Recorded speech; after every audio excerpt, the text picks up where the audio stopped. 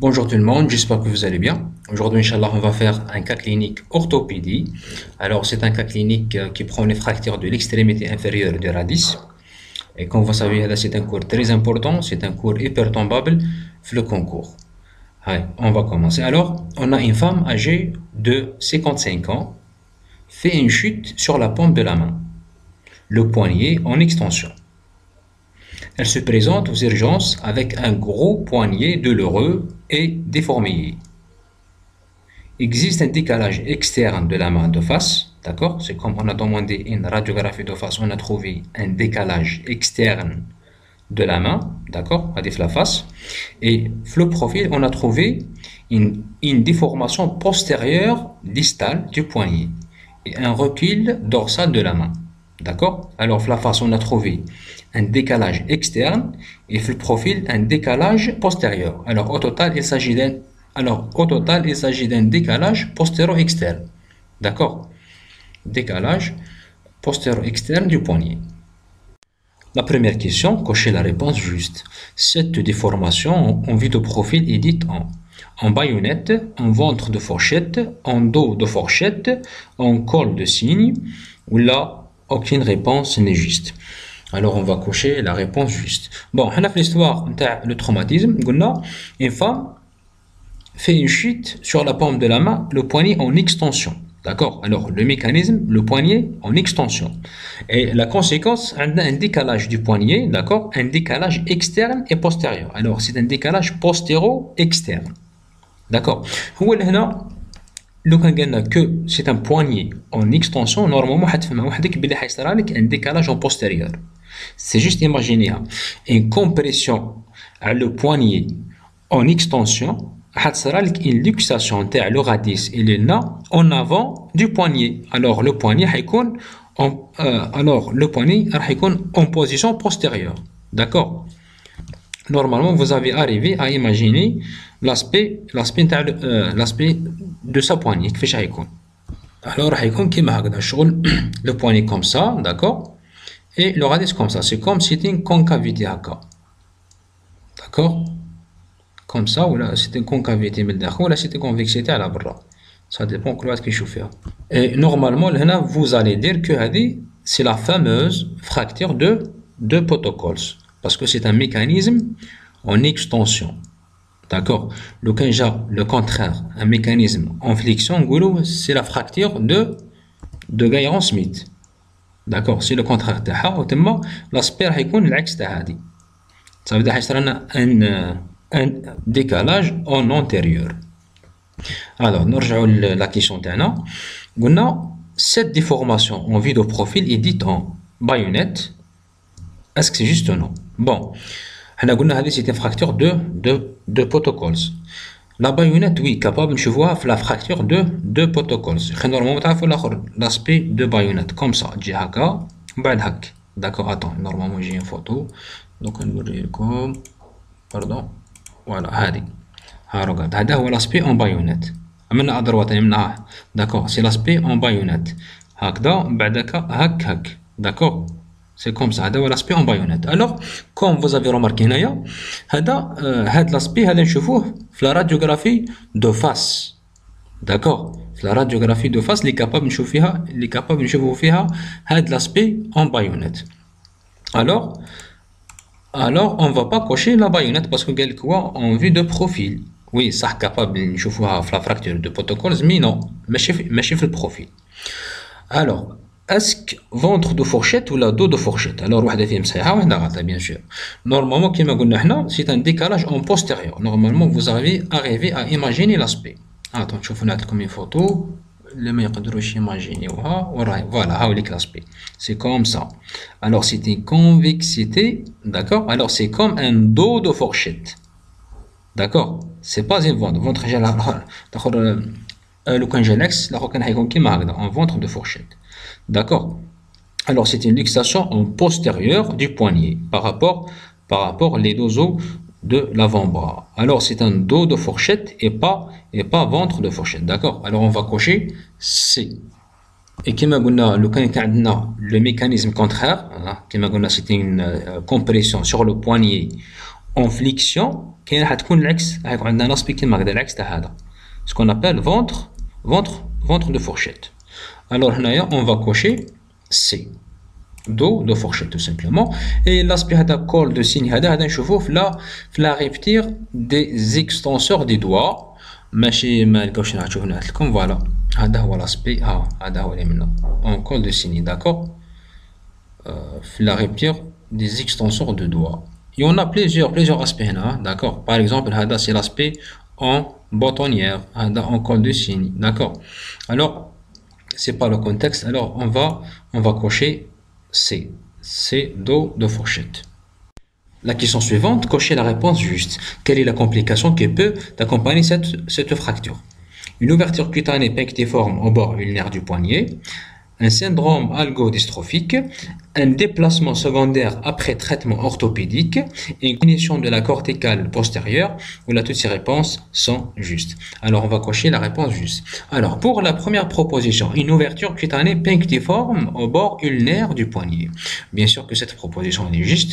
Oui, c'est possible parce que simplement on a une luxation ou une distraction de l'articulation entre l'ulna et la carpe.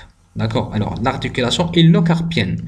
D'accord. C'est comme l'ulna bikri كانت تتركز على la carpe et maintenant راهي دوكا en position sous-cutanée parce que le poignet صارت له parce que le poignet صار له un décalage en postérieur. Alors دوكا l'ulna راهي en position sous-cutanée. Alors sous l'effet تاع هذيك la compression l'ulna va sortir, d'accord, une ouverture cutanée punctiforme. Alors oui, c'est juste. La deuxième proposition, un syndrome algodystrophique. Alors comme vous savez, l'algodystrophie ou ce qu'on appelle la dystrophie sympathique réflexe, d'accord, ou je crois le syndrome régional de l'eurocomplexe selon l'ancienne. L'essentiel هذه capable نشوفوها après les fractures, après un coup, après une chirurgie ou l'infection, alors oui, c'est juste. La troisième proposition, un déplacement secondaire après traitement orthopédique. Surtout, il y a une fracture complexe, d'accord? Une fracture qui n'est pas simple. Alors, les fractures de l'extrémité inférieure du radius sont instables, d'accord? Sont instables. Et capable de faire un déplacement secondaire. Oui, c'est juste. La quatrième proposition, une comminution de la corticale postérieure. Alors, on a un décalage du poignet en position postérieure. Postérieure par rapport radius. D'accord. Alors, qui dit décalage postérieur, c'est comme il va toucher la corticale postérieure de radius, d'accord. Je pense que imaginez tout. Et le contraire qui m'a donné une compression sur le poignet en flexion, tu m'as touché la corticale antérieure. C'est juste imaginer le point d'intact entre le poignet et le radius. Le poignet va toucher l'extrémité postérieure de la radius. Alors, on va dire tout simplement une comminution de la corticale postérieure, tout simplement. Alors, là, on va cocher, toutes les réponses sont justes. La question suivante, cocher la réponse fausse. Les critères de réduction de cette fracture à rechercher sur les clichés de face et de profil sont rétablissement de la ligne B-stéroïdienne, rétablissement de l'index radio-ulnaire inférieur, récupération de la longueur normale du radius, orientation de la glaine radiale en bas et en avant sur le profil, ou l'affranchissement de la corticale postérieure. Alors on va cocher la réponse fausse. Donc ce sont des critères de réduction de la fracture de Pottholes, mais واحدة فيهم لهنا راهي fausse. Alors une minute, voilà. نشوفوا مع بعضنا الآخر. Alors هادو هما les critères de réduction, d'accord, تاع la fracture de Pottholes. Alors la première des choses, la ligne bistéroïdienne. La ligne bistéroïdienne هي هذه, d'accord, بين stéroïde ulnaire et بين stéroïde radial, d'accord. Alors لازم تكون عندك un angle de 15 degrés, d'accord, مع l'horizontale bien sûr, d'accord. هنايا de 15 degrés مع l'horizontale, d'accord. هذه c'est la ligne bistéroïdienne. هذه la première des choses. La deuxième des choses qu'on appelle l'index radio-ulnaire. Radio-ulnaire هاي لك هنايا l'index radio ulnaire c'est la distance entre l'ulna et le radius لازم تكون 2 mm. D'accord. Alors هو في l'état physiologique ou في l'état normal, le radius il est un peu décalé en antérieur, d'accord, par rapport à l'ulna. فايتها ب 2 mm. Alors لازم on doit garder cette distance de 2 mm, d'accord. C'est le deuxième critère de réduction. Le troisième, c'est l'inclinaison sagittale. D'accord, c'est l'inclinaison sagittale, pardon. لازم تكون de 10 degrés, d'accord, entre l'horizontale et cette ligne, d'accord, لازم تكون de 10 degrés, d'accord. Alors, c'est le troisième critère de réduction. Et le quatrième critère, c'est ce qu'on appelle franchissement des corticales. D'accord, شغل دخل les corticales في بعضهم. D'accord, mais quelle corticale? La corticale antérieure. D'accord. Attends, j'ai un autre là. Voilà, هايليك. Regarde bien, هاوليك la quatrième. C'est le franchissement. Regarde bien, le franchissement de la corticale antérieure. D'accord. C'est quoi la signification تاعها؟ شوف regarde قالك c'est le passage de la corticale antérieure du fragment inférieur, c'est le fragment inférieur, c'est le passage de la corticale antérieure du fragment inférieur en avant de la corticale antérieure du fragment supérieur. D'accord. Alors لازم تكون la corticale نتاع le segment inférieur تكون en dehors ولا en avant نتاع la corticale نتاع le segment supérieur. D'accord.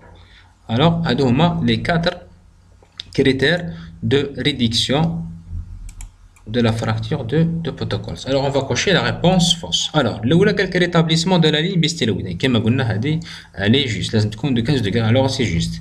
Rétablissement de l'index radio-ulnaire inférieur. Comme on a dit, 2 mm. Alors, c'est juste. Récupération de la longueur normale du radius. Oui, bien sûr que c'est juste. كما قلنا لازم تكون la distance entre radius et l'ulna de 2 mm. Alors c'est logique que لازم تكون la longueur normale في الراديس sinon ماكش حدير هذيك les 2 mm. D'accord. Alors هذه c'est juste. زيد la quatrième proposition, orientation de la gaine radiale en bas et en avant sur le plan sur le profil. Oui, comme on a dit, c'est l'inclinaison sagittale, alors c'est juste.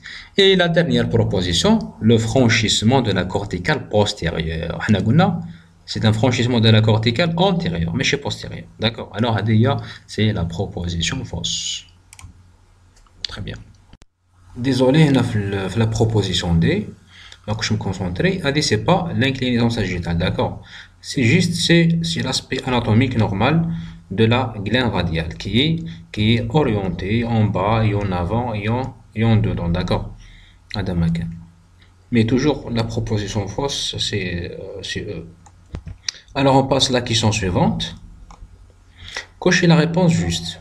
Le traitement de la fracture fera appel de préférence à une contention plâtrée pour une durée de 6 semaines, à un brochage intrafocal type Capongé, à une réduction sanglante et brochage de type PY, ou là à une réduction orthopédique et fixateur externe, ou là une réduction sanglante et fixateur externe. Alors on va cocher la réponse juste.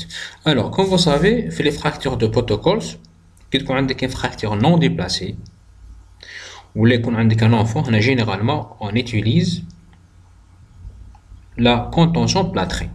D'accord. C'est un traitement orthopédique.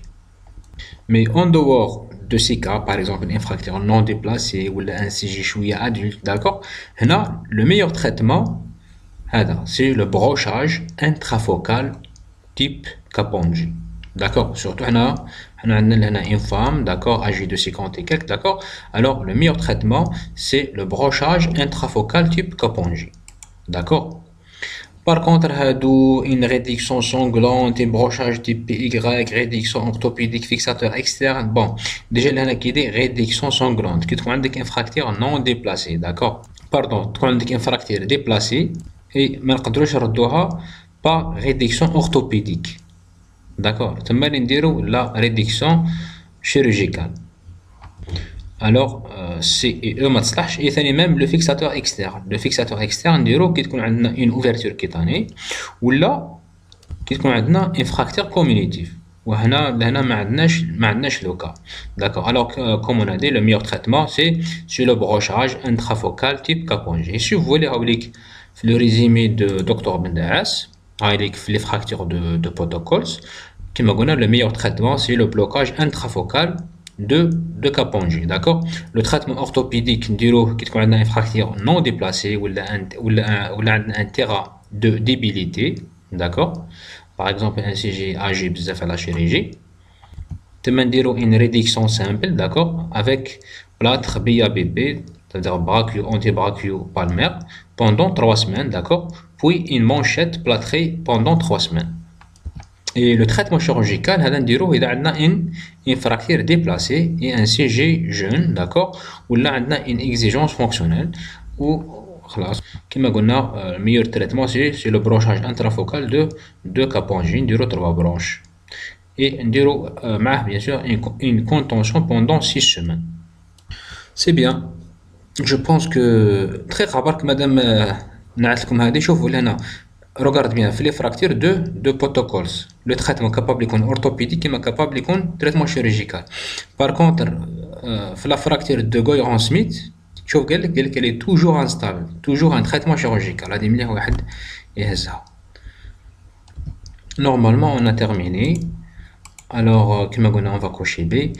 وهذه يا خوتي je vous souhaite une bonne journée. إن شاء الله ربي يوفقكم. الله يسهلكم. السلام عليكم.